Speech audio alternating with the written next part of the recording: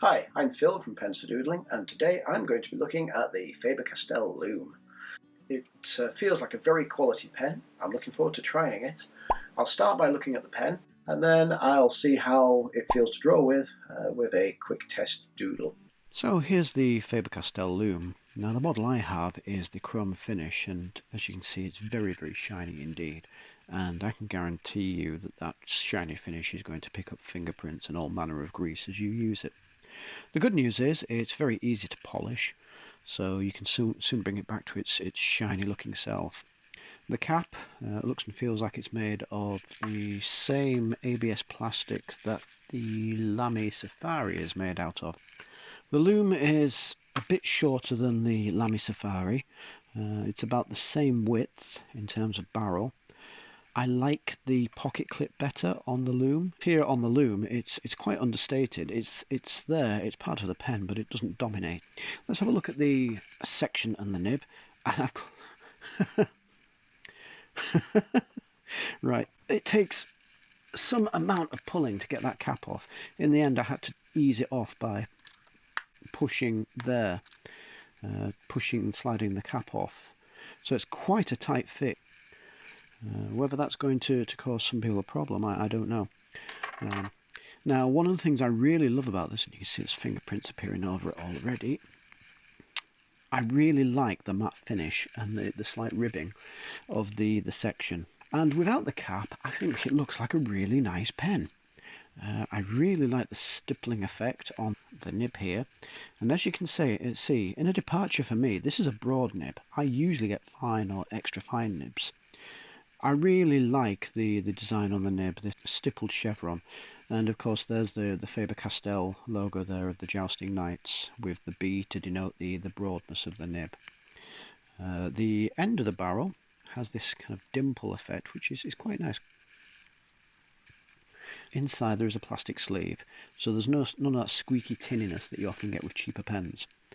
And there's an ink cartridge. It looks like a standard international, and there appears to be what looks like a spacer cartridge.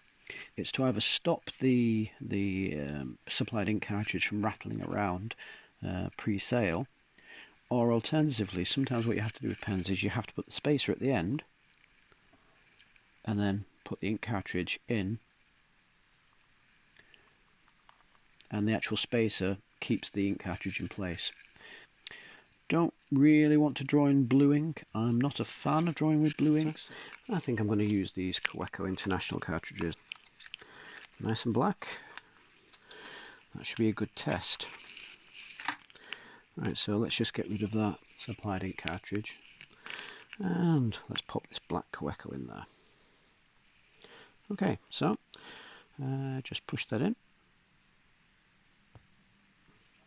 And screw the barrel on. Okay, the spacer is definitely holding the ink cartridge in place because there's no movement there when I shake it whatsoever. So, nothing coming through at the moment.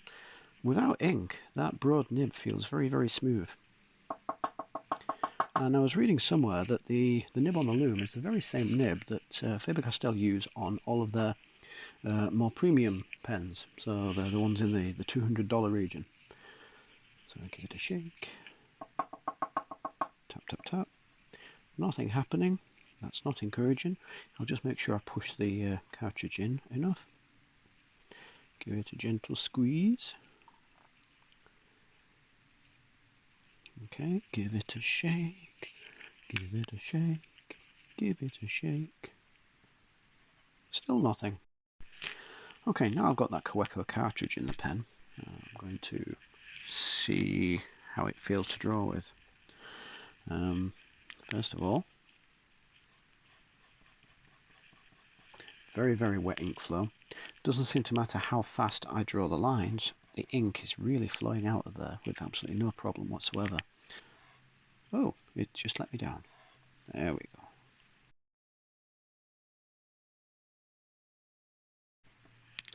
go. Okay, no problem hatching there. Oh, there.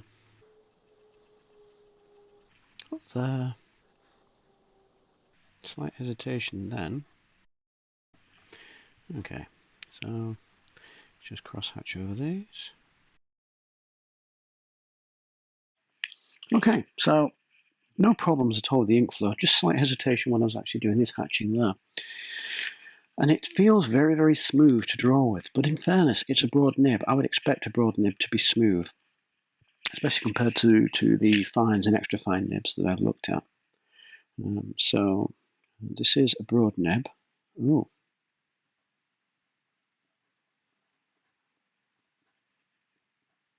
Oh, oh dear. And just like that, the ink stops flowing. That's not encouraging. Not what I was expecting from this pen at all, because I've heard good things about this pen. In fact, I've heard some people saying that it's much, much better than the Lamy pens I've looked at.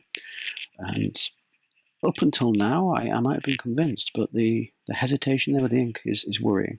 By the way, I've not tried this with posted yet either.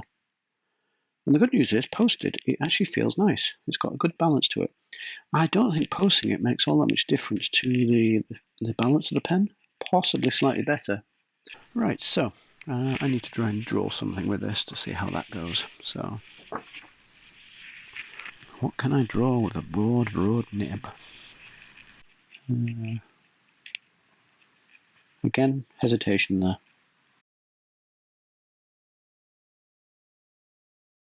Let's create kind of old fence post. And of course, often these fence posts are accompanied by barbed wire, so let's get some barbed wire in there as well.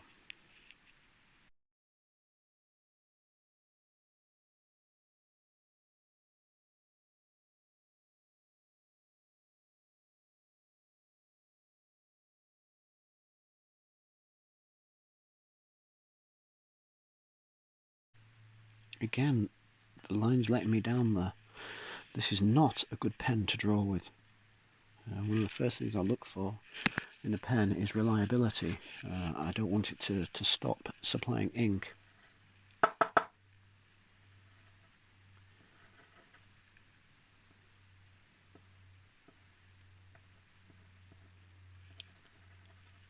This is awful.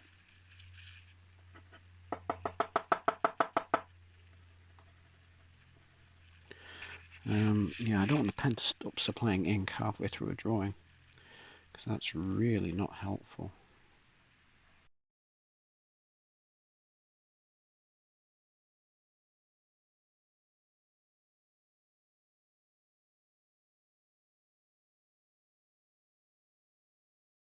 Again, lost it.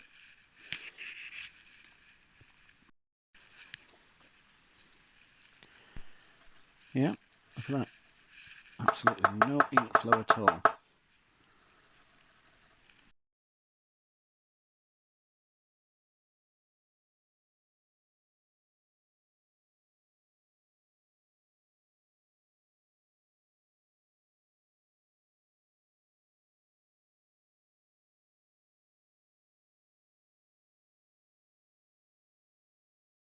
I really like the pen. I think it's nice to hold. I think it looks good. Capped, it looks good, and I feel confident that when it's capped, it's going to keep the nib wet. What I don't have confidence in is the ink flow. The number of times I had to stop when I was drawing to try and get the ink flowing again, it was frustrating. It actually took some of the fun out of doing the drawing, because there was always that subconscious fear that the ink would suddenly stop flowing. And once you really get into that flow of hatching, you really want to just enjoy it. You don't want that kind of fear in the back of your mind that something could go wrong at any moment. So for me, the loom was a disappointment to draw with.